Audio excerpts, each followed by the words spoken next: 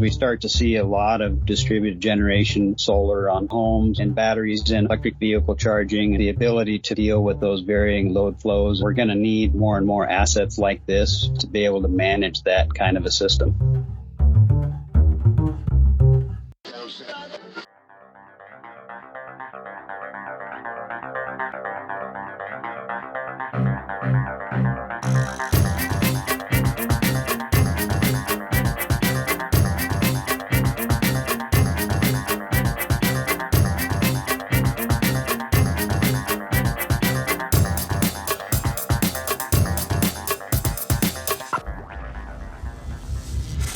This is EnergyCast, and I'm Jay Downhauer. Today we're talking about a better way to black start. We discussed black starts during my DARPA profile in episode 95. That conversation was focused mainly on the effects of a cyber attack on the grid and how to bring back generation when all the power is down, a black start. Black starts are notoriously challenging to accomplish. How do you bring power back if nothing has power? Also, electric generation has to grid form so that all generation matches up. My guest says that severe natural disasters like hurricanes and wildfires can knock out the grid to this extent. Their solution, he says, is a mobile container that can be rolled up to a power plant and facilitate this black start independently. This often is called an islanded mode, where the power doesn't match anything else, at least until the disaster subsides. It's a solution they call a microgrid in a box, and it could have ramifications beyond natural disasters. My guest says the technologies they developed to make power plants black start capable could also help manage the variability of intermittent rooftop solar or EV charging. It's this team's hope that this mini microgrid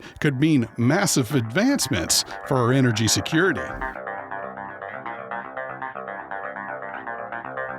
My guest today is Kurt Myers, Energy and Grid Systems Integration Group Lead at Idaho National Laboratory. Kurt's team developed the microgrid in a box and tested it at a hydroelectric plant near Felt, Idaho, about an hour south of Yellowstone National Park. This location was important because hydroelectric, especially run-of-river plants like this, do not have reservoirs to throttle power. The I&L team was essentially taming a wild river to restore that power. Kurt and I got into some serious technical concepts, and I was grateful to him for letting us take a step back to understand some of these concepts for some of the less tech savvy. I hope you enjoy my conversation with Kurt Myers. We're here with Kurt Myers, Integration and Grid Systems Integration Group Lead at Idaho National Laboratory. And Kurt, before we get into your solution, this microgrid in a box, let's explain what your team is solving for. What is a black start, and why is it so difficult to start up the grid in this way? Sure. Black starting is the process of getting particular generators to grid form, and start sections of a grid by themselves, and then starting to couple those in with other generators and sections of feeder lines and distribution or transmission systems, whichever part of the grid you're trying to restart and reform. I've had a little bit of exposure to this when I covered the Radix program, where they simulate a cyber attack and attempt to black start. This is at a facility off of Long Island. And I think that was really focused on cyber attacks, right? But a black start isn't always a cyber attack. There can be a number of reasons for that. Can you kind of take us through what scenarios grids would have to experience a black start? Sure. Yeah, there's all kinds of natural weather events and things that can cause grid outages as well. We've seen lots of those things happen over the last 10 years or so. Wildfires, tornadoes, hurricanes, earthquakes, high wind events, snow and hail, and all those kinds of things as well. So lots of possibilities, and that's why things such as microgrid in a box and localized microgrid and generation systems are becoming more and more important, because sometimes it's hard to get distribution lines and transmission lines back up and running, and it takes some time. So the ability to be able to do these islanded or smaller pockets of grid systems, or even, across sections of distribution that remain standing and have the potential to be operated, you can utilize these kinds of assets to help you restart and run your systems in islanded modes until you get the rest of the grid put back together. Yeah. So let's go into the microgrid in a box. You demonstrated it. It's also known as the Rapid MIB at the Fall River Electric Cooperative Hydroelectric Plant in Idaho. I've been up that way. Wife and I did an anniversary trip. We stayed in Victor and did Yellowstone. So I'm familiar with that area. Yeah. Good living up there. Yeah. Really nice scenery out there too, where we ran best. Yeah, you couldn't ask for much better. So this hydroelectric plant, why couldn't this plant come back from a black start on its own? And what did the MIB do to make it so that it could?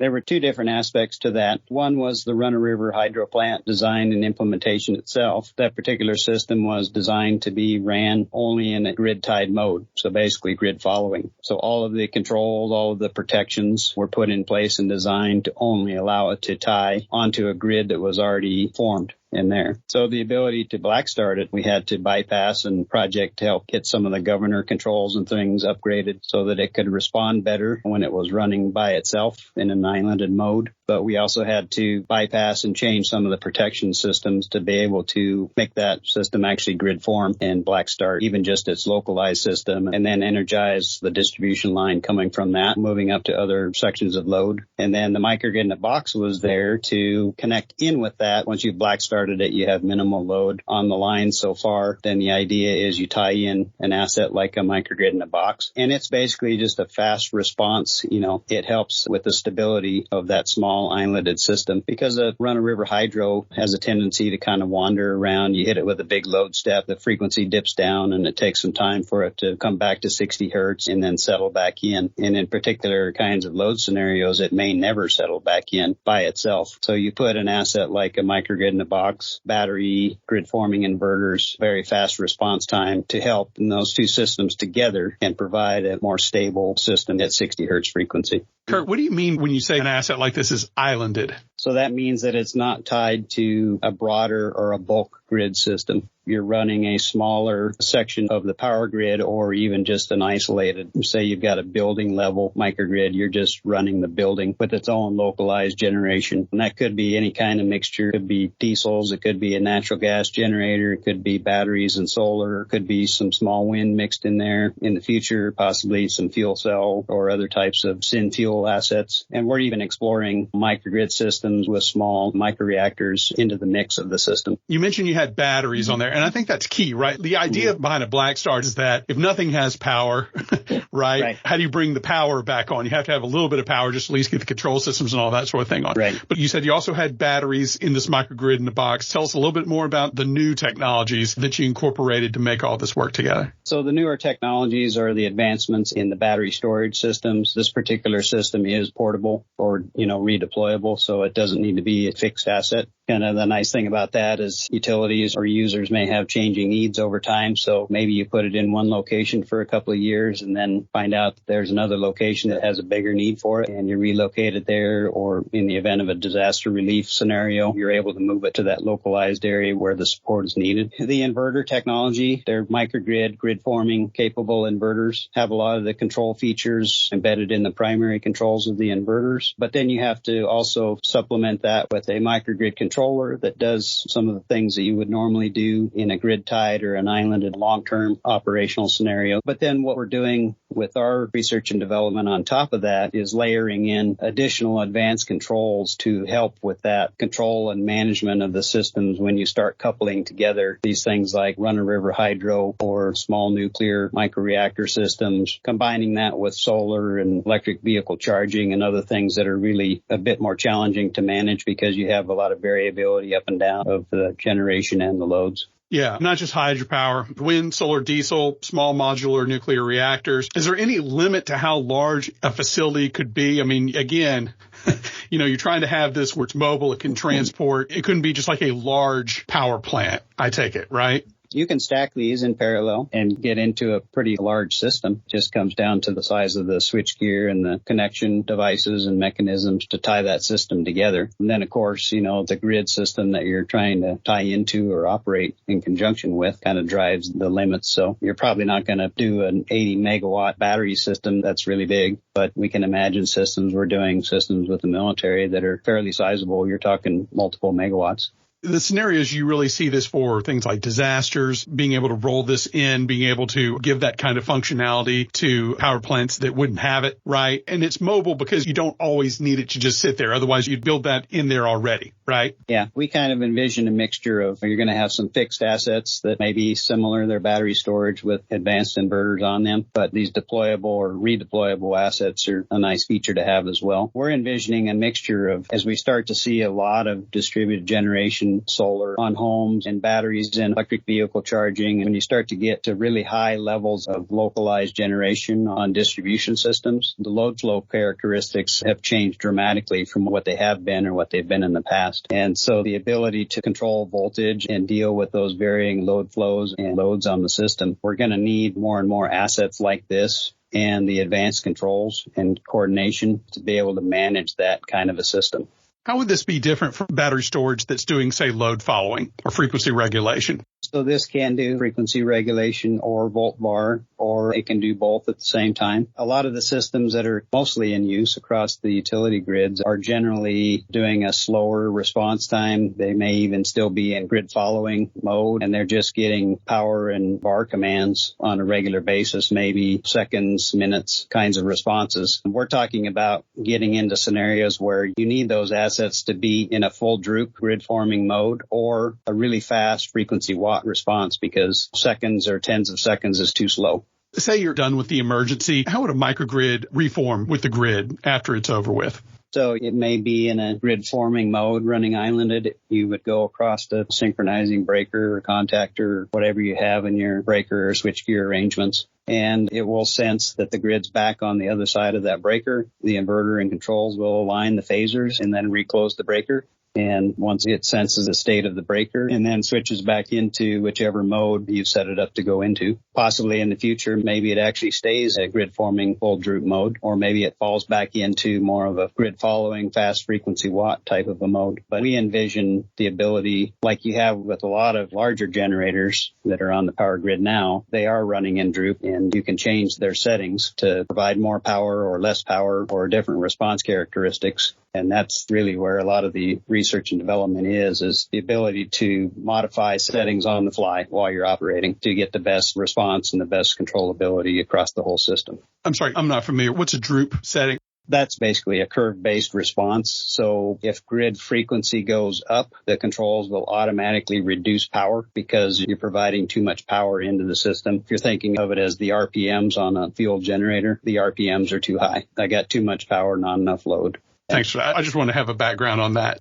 And if it's too low, below 60 hertz, that means the RPMs are too low. There's not enough power being supplied and there's too much load. So you have to speed those up and push harder, with your prime movers. If it's a synchronous generator or your solar or wind or whatever, you have to throttle up the inverters if you have room to throttle them up. But that depends on if you're running curtailed slightly and have room to move up. If you're already running at maximum power, then you need these things like battery systems and other things that can respond and provide that additional power into the system. Tell us a little bit more about INL in a broader sense. Your lab appears to be the experts on black starts in a number of scenarios. So in addition to the microgrid in a box, right? What else is INL working on in that space? So there are a lot of things going on at Idaho National Laboratory. We're one of the main nuclear energy laboratories within the Department of Energy system. We have our Homeland Security Directorate that does a lot of cybersecurity and grid security type work, and then our Directorate, Energy, Environment, Science, and Technology. And we're working on these mixtures of power and energy systems and how to integrate and control and optimize those kinds of systems. And that includes thermal systems, hydrogen production, all types of mixtures and combinations of energy resources and end user applications. A lot of things going on at the laboratory in all different aspects related to these energy systems and manufacturing and other end uses. And so how do we think we're going to expand on the microgrid in the box program? Where would you go from here? We're in the process of doing some of the technology transition with some industrial partner interests. Also, continuing to work on the research and development related to the controls integrated into distribution grids. A lot more work to be done there. And then really exploring the potential of applying these systems and improving the controls to run in these different mixed energy systems. At least in my group, one of our big priorities is we do a lot of work with the military and other government customers, and we have a lot of remote power systems that are run mostly or totally on diesel resources. And so there's huge opportunities to integrate and put in clean energy systems, and that could be a mix of microreactor nuclear, advanced battery and inverter systems like microgrid in the box, solar, wind, desalinization systems, heating and cooling systems of different types, and being able to put that together so we can really reduce the supply chain challenges and the costs and the emissions associated with running things on liquid fuels. Yeah. And I know that that's a lot of kit to just have in one place if you're never going to use it. But I also think that this exercise maybe shows how lean you could have this kind of equipment, right? You can have it down literally to a box. And so I'm wondering, not only would you only wheel it out if it was needed in an emergency scenario, I think you're also probably demonstrating to the industry that they could have all of this functionality in as small a tight a package as a box. And so why wouldn't they go ahead and have that on the premises maybe in the first place? Does that make sense? Yeah, for sure. And the idea, we would never advocate for putting together a system and then just having it sit there waiting for a disaster or deployment opportunity to happen. Our view of things is we want to have it deployed and operating whatever the use case is on a regular basis. So have a high availability, a high capacity factor in use of that equipment. So maybe when you're waiting for something else to happen, you have it tied in at the substation or at the hydro plant or wherever, and it's doing frequency regulation services or voltage control services or energy shifting. You really want to do the stacked use cases of these battery systems to get the best economic use and business case for them. But the ability to do that, but also be able to relocate it in the event that it's needed more somewhere else. And then once that's done, if the situation is you move it back to where it was, you can. If it turns out that now that other location is a better place for it to stay and continue to provide services, then that's great. You have the flexibility. Yeah. Put it to work. Right. Yeah, you're going to pay for it. You put it to work. That's right. All right. Kurt Myers, Idaho National Laboratory. Thank you so much for your time. You're welcome. Thank you so much, Jay.